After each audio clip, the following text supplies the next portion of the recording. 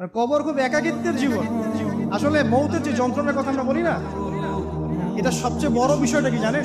শারীরিক কষ্ট তো আছেই, এই যে দুনিয়ার সবার থেকে বিচ্ছেদ, এটাই হচ্ছে যন্ত্রণা। সবার থেকে বিচ্ছেদ না, সবার থেকে বিচ্ছেদ হয়ে চলে যেতে হয়, এটা সবচেয়ে বড় যন্ত্রণা। মানুষ একা থাকতে চায় না। জেলখানায় যে মানুষকে বন্দি করে রাখে না, এই একাকিত্বের কষ্টে মানুষ বলে একা একা, আমি একা, কেউ নেই আমার সাথে। এটাই, এর উপর যদি আবার টর্চার করা হয়, রিমান্ড দেওয়া হয়, তাহলে কি অবস্থা হবে বোঝেন।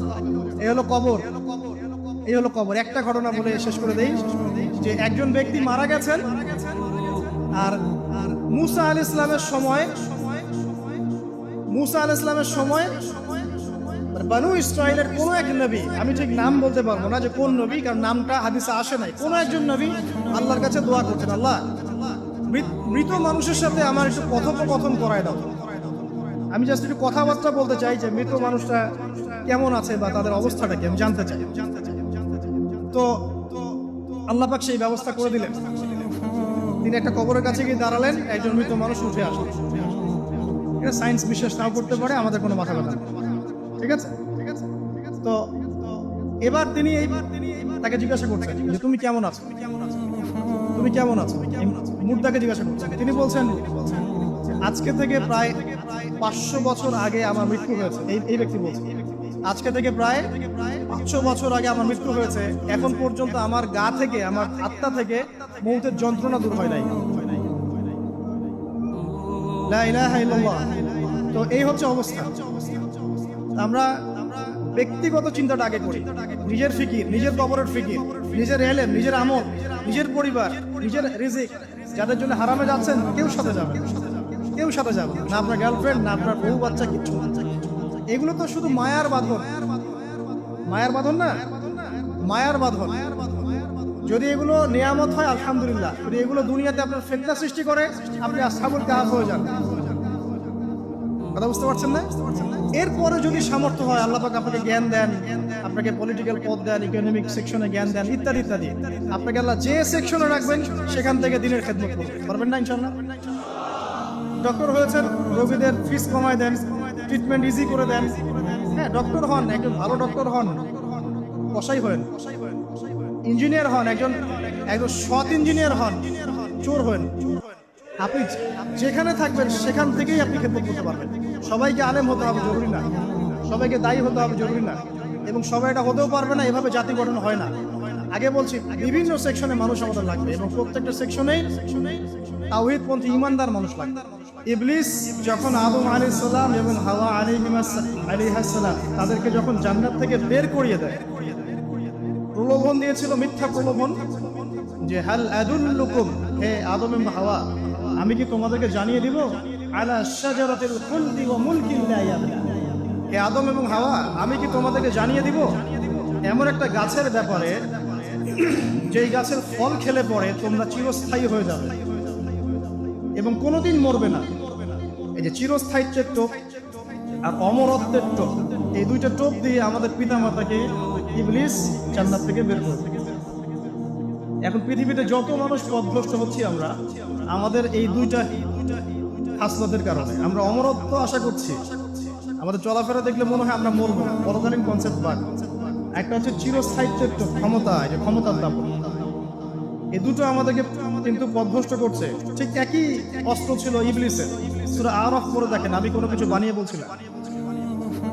তখন আল্লাহ পাক বললেন যে ইয়া বানি আদম, হে বনু আদম, আদমের সন্তান যারা আছো, আমাদেরকে আল্লাহ পাক বলছে তোমরা শোনো, লা ইয়াফতিনান্নাকুমুশ শাইতান, শয়তান যেন তোমাদেরকে ফিতনায় না ফেলতে পারে।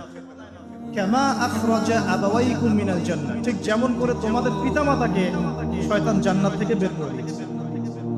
যেহেতু আমাদের পিতা আর মাতাকে শয়তান জান্নাত থেকে বের করে দিয়েছে, আল্লাহ পাক এই আদমের সন্তানদেরকে বলছেন তোমরা সতর্ক থেকো, তোমাদেরকে যেন শয়তান জান্নাত থেকে যেভাবে বের করেছিল তোমার পিতামাতাকে, এমন করতে না পারে। আর কি করতে না পারে? ইয়ানজিউ আনহুমা লিবাসাহুমা লিউরিয়াহুমা মিন সাওয়াতিহিমা। পড়ে দেখেন সূরা আরাফ। আল্লাহ বলছেন, মনে রেখো আদমের সন্তানরা, ইবলিস কিন্তু শুধু তোমার পিতামাতাকে জান্নাত থেকে বের করেই দেয় নাই, বরং গাছের কাছে নিয়ে গিয়েছিল, ফল খাওয়ার সাথে সাথেই তাদের গায়ের পোশাক খুলে পড়ে গিয়েছিল। তাহলে আমাদের পিতামাতাকে জান্নাতে লগ্ন করে দিয়েছিল কে? সেই কথা আল্লাহ পাক বলছেন আদম সন্তানদেরকে, তোমরা সতর্ক থেকো, তোমাদেরকে যেন ইবলিস নগ্ন করতে না পারে, ঠিক যেমন করে তোমাদের পিতামাতাকে করেছে। তাহলে এখন যে পুরো বিশ্ব জুড়ে নগ্নতার যে সংস্কৃতি চলছে এরা কার এজেন্ডা বাস্তবায়ন করছে বুঝতে পারছেন? কোরআন পড়েন, পৃথিবীতে যত সভ্যতা চলে গেছে, ব্যাবিলনের সভ্যতা, চাইনিজদের সভ্যতা, তারপরে যে আমাদের মাও সেতুং, ইতালির মুসোলিনি, এদিকে জ্যাপল সার্তে, এদিকে আপনার ফিডেল ক্যাস্ট্রোর কথা বলেন, ওই পশ্চিমা সভ্যতা বাদ দিয়ে যত বড় বড় সভ্যতা রিনাউন, সবার পোশাক ছিল শালীন। আমি চ্যালেঞ্জ করলাম, খুঁজে দেখেন চাইনিজদের পোশাক দেখেন, আগেকার পোশাক, 1000 বছর আগের পোশাক, শালীন পোশাক। তারা কিন্তু মুসলিম ছিলেন না। আপনি এই ব্যাবিলনের সভ্যতা দেখেন, ব্যাবিলনের সভ্যতা অনেক প্রাচীন না? এই সভ্যতার পোশাক দেখবেন এটা অশালীন পোশাক ছিল না। এমনকি আইয়ামে জাহিলিয়াত যেটা আমরা বলি, নবী সাল্লাল্লাহু আলাইহি ওয়াসাল্লাম যখন জন্ম নেননি তার আগের সময়, ওই সময়ে যে মানুষ জেনা করতো, মেয়েকে যে কন্যা সন্তানকে জীবিত দাফন করতো, তারপরেও ওদের পোশাক শালীন ছিল। হঠাৎ করে বিশ্বে একটা সভ্যতা আসলো পশ্চিম থেকে, তারা বললো যে পোশাক শর্ট হতে হতে হতে হতে এক পর্যায়ে বিকিনি পরে করা শুরু, এবং এখন ওরা সারা বিশ্বে ওটা ছড়িয়ে দিচ্ছে, আমরা সবাই ওটাকে গ্রহণ করছি। আমরা বলছি 1000 বছর। এখন দেখেন আল্লাহ পাক কি বলছেন, ওয়াইদা ফাআলু ফাহিশাতান, ওই সূরার মধ্যে আছে, যখন তারা কোনো ফাহিশা কাজ করে তারা বলে, তারা বলে ওয়াজাদনা আলাইহা আবানা, ওয়াজাদনা আলাইহি আবানা, আমরা এগুলো আমাদের বাপ দাদাদেরকে দেখেছি করতে। যখন তারা কোনো ফাহিশা কাজ করে তারা বলে, অশ্লীল কাজ করলে বলে, আমরা এগুলো দেখেছি বাপ দাদা পিতৃপুরুষ থেকে করে আসছে। আল্লাহু আমারানা বিহা, আল্লাহ আমাদেরকে আদেশ করেছেন। আল্লাহ বলেছেন কুল ইন্নাল্লাহা লা ইয়া'মুরু বিল ফাহশা, আল্লাহ পাক কখনো অশ্লীল কাজের আদেশ করতে পারেন না। আতাকুলুনা আলাল্লাহি মা লা তা'লামুন, তোমরা কি আল্লাহ সম্পর্কে এমন কথা বলছো যে কথা তোমরা জানো না? আল্লাহ কিসের আদেশ করেন? আল্লাহ বলছেন কুল আমারা রাব্বি বিল কিসত, এ নবী বলে দিন আল্লাহ পাক আদেশ করেন ন্যায় বিচারের আদেশ করেন। ওয়া আকিমু ওয়ুজুহাকুম ইনদা কুল্লি মসজিদ, এবং প্রত্যেক নামাজের ওয়াক্তে নিজের চেহারাটাকে একনিষ্ঠভাবে আল্লাহর দিকে ফেরাবে, এই আদেশ আল্লাহ পাক করেন। ওয়া আকিমু ওয়ুজুহাকুম ইনদা কুল্লি মসজিদ ওয়াদউহু মুখলিসিনা লাহুদ্দিন, এবং একনিষ্ঠভাবে তোমরা আল্লাহকে ডাকবে, দোয়া করবে, এই আদেশ আল্লাহ পাক কি অশ্লীল কাজের আদেশ করতে পারে? ইতিহাস পড়ে দেখেন, আমি নিজে হিস্ট্রির ছাত্র, আপনি পড়ে দেখবেন, পুরো ঐতিহাসিক পটভূমি পড়ে দেখবেন, মানুষ এই ঊনবিংশ শতাব্দী আসার আগে এত অশ্লীল ছিল। এখনকার বিশ্বে যত সমস্যা চলছে, কয়েকটা বলি, রিবা বা সুদ, জেনা বা উন্মুক্ত যৌনাচার, তারপরে বেপরদামি অশ্লীলতা, 4 নাম্বার আপনার মাদক, ঠিক আছে, 5 যে বড় মহামারী পর্নোগ্রাফি, যত বড় বড় মেজর সমস্যাগুলো চলছে যেগুলো ইয়াং জেনারেশনকে ধ্বংস করে দিচ্ছে, এগুলোর ম্যাক্সিমাম এসেছে কিন্তু পশ্চিম থেকে। খেয়াল করে দেখবেন, এগুলো কিন্তু বাংলাদেশ থেকে আসে না, আসছে ভারত থেকে আসছে, পাকিস্তান থেকে আসছে, সাবকন্টিনেন্ট থেকে আসে না, এগুলো দেখবেন একটা নির্দিষ্ট জায়গা থেকে আসছে। তো এই কারণে আমাদের সতর্ক দৃষ্টি রাখতে হবে যে বস্তুবাদী উন্নয়ন সবকিছু নয়। হ্যাঁ, আমরা জিডিপি বাড়ালাম, ইন্ডাস্ট্রিজ গড়লাম, মঙ্গলে চলে গেলাম, চাঁদে গেলাম, ওকে ফাইন, এগুলোর কেউ বিরোধিতা করবে না, এটা ভালো, ন্যাশনকে এগিয়ে নিতে হবে, এটাই এডুকেট ধারণা, এবং এডুকেটেই করতে হবে, কিন্তু নৈতিকতার বিসর্জন দিয়ে নয়।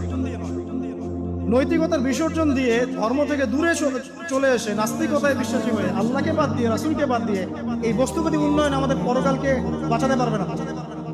পরকালকে বাঁচিয়ে রেখে আমার দুনিয়াকে উন্নয়ন করতে হবে, এবং দুনিয়ার উন্নয়নটা অবশ্যই জরুরি। সারা বিশ্ব যখন এগিয়ে যাচ্ছে, আমরা কেন পিছিয়ে থাকবো? আমি তো এটাও বলি যে এটা অনেক মাদ্রাসার লাইনে যারা আছেন তারা আমার সাথে একটু বিরোধিতা করেন এই বিষয়ে, কিন্তু আমি নিজেই বলি যে সিলেবাসের মধ্যে পরিবর্তন নিয়ে আসার চেষ্টা করতে হবে। শুধুমাত্র এককেন্দ্রিক শিক্ষায় কেন শিক্ষিত হবে? এই যুগে চলার জন্য যে উপকারী জ্ঞানগুলো দরকার সেগুলো শিখতে হবে আমাদেরকে। আমাদের আইসিটির জ্ঞানের দরকার আছে, আমাদের ইংরেজির জ্ঞানের দরকার আছে, ম্যাথামেটিক্স দরকার আছে, সায়েন্সের দরকার আছে, আমাদের তথ্য প্রযুক্তি জানতে হবে, অর্থনীতির জ্ঞানের দরকার আছে, পলিটিক্যাল সায়েন্সের দরকার আছে, জিও পলিটিক্স দরকার আছে।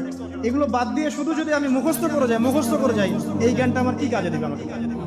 এই কথাটা অনেকে নেগেটিভলি নেয়, কিন্তু আমি আসলে তাদের ব্যাপারে তাদের সাথে তর্ক করতে চাই না। আমি আমার কনসেপ্ট লালন করি, আমি এতটুকু।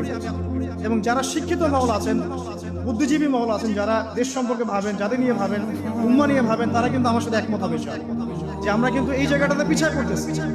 আল্লাহ পাক আমাদেরকে কনস্ট্রাকটিভ সিলেবাসে পড়াশোনা করার তৌফিক দান করুন, এবং জেনারেল লাইন থেকে আপনি বয়কট করে একদম ইয়াতে চলে আসতেছেন কেন? জেনারেল লাইনে পড়ছেন, পড়েন, আপনার এই জ্ঞানটাকে আপনি ইসলামের কল্যাণে কাজে লাগাতে পারবেন না? সবাইকে কি আলেম হতে হবে? সবাইকে মুফতি হবে, মুহাদ্দিস হবে? অর্থনীতিবিদের দরকার আছে না? পলিটিশিয়ানের দরকার আছে না? ডক্টর ইঞ্জিনিয়ার দরকার আছে না? সব সেক্টরের মানুষের দরকার আছে। আপনাদেরকে আপনাদের জায়গায় থাকতে হবে, ওখানে থেকে আপনারা ইসলামের খেদমত করতে পারবেন না? একজন ডক্টর, তিনি কি ইসলামের খেদমত করতে পারবেন না ভাই? একজন সৎ নেতা, তিনি কি ইসলামের খেদমত করতে পারবেন না? একজন অর্থনীতিবিদ, তিনি যদি আল্লাহ পাকের হালাল হারাম মেনে অর্থনৈতিক কোনো বিধান চালু করেন, তিনি কি ইসলামের খেদমত করতে পারবেন না? সবাইকে কি বক্তা হইতে হবে? সবাইকে আলেম হতে হবে? এক নির্দিষ্ট একটা শ্রেণীর মানুষ আলেম হবে, নির্দিষ্ট একটা শ্রেণীর মানুষ প্রশাসনে থাকবে, নির্দিষ্ট একটা শ্রেণীর মানুষ জনপ্রতিনিধি হবে, নির্দিষ্ট শ্রেণীর মানুষ ইকোনমিক সেক্টরে থাকবে। এইভাবে আমরা একটা জাতি গঠন করব, এবং সবাই হবে উভয় দিকে শিক্ষিত।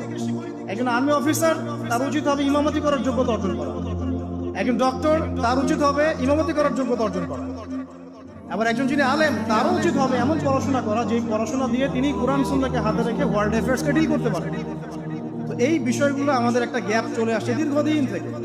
আল্লাহ পাক আমাদেরকে বোঝার তৌফিক দান করুন। আর অ্যাটলিস্ট আমরা যদি নাই পারি, আমাদের দ্বারা যদি কিছু নাই হয়, অ্যাটলিস্ট আমাদের সন্তান সন্ততি যারা আসবে ভবিষ্যতে, আল্লাহ পাক তাদেরকে যেন ইসলামের জন্য কবুল করে নেয়। আমিন। আর ইসলামের জন্য কবুল করলে কারো কোনো ক্ষতি নাই। ইসলামের আন্ডারে প্রত্যেক অমুসলিমের সর্বোচ্চ অধিকার রক্ষা করা হয়, অন্য কোনো জায়গায় করা হয় না। এবং প্রত্যেকটা ধর্মগ্রন্থের মূল কথাগুলো দেখবেন একই রকম।